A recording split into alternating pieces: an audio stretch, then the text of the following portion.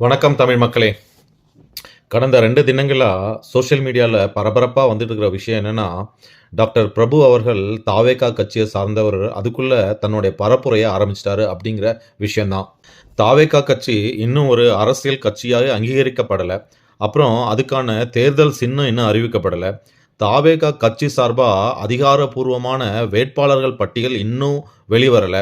அதுக்குள்ள திரு பிரபு அவர்கள் மற்றும் பல தாவேகா கட்சிக்காரங்க அதுக்குள்ள தங்களோட பிரச்சாரத்த ஆரம்பிச்சுட்டாங்க.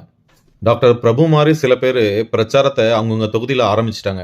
ஆனா சில பேரு பிரச்சாரம் மட்டும் இல்ல, அவங்க அவங்க தான் எம்.எல்.ஏ. அப்படிங்கிற அளவுக்கு தொகுதியில வலம் வர ஆரம்பிச்சுட்டாங்க. இதெல்லாம் கூட பரவால்ல. ஏதோ ஒரு ஆர்வக் கோளாறுலயோ, இல்லன்னா அதீத நம்பிக்கையிலயோ இவங்க தங்களோட பிரச்சாரத்த ஆரம்பிச்சுட்டாங்க.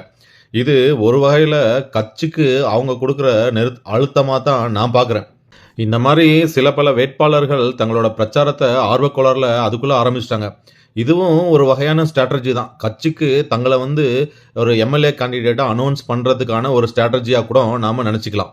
இதெல்லாம் கூட பரவால்ல. ஆனா சோசியல் மீடியால அதுக்குள்ள 2026 சிஎம் ஆயிட்டு முதலமைச்சர் நாற்காலியில போய் போய் உட்கார்ற மாரி வீடியோஸ், 2031ல பிரைம் மினிஸ்டர் ஆயிடுற மாரி வீடியோஸ், அப்புறம் டாஸ்மாக் கடைய மூடுற மாரி பிக்சர்ஸ்.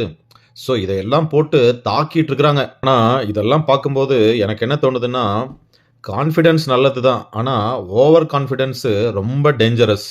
ஆனா என்னோட கருத்து என்னன்னா, கட்சி வேட்பாளர் பட்டியல அறிவிச்சதுக்கு அப்புறம் உங்களோட பிரச்சாரத்த ஆரம்பிங்கப்பா.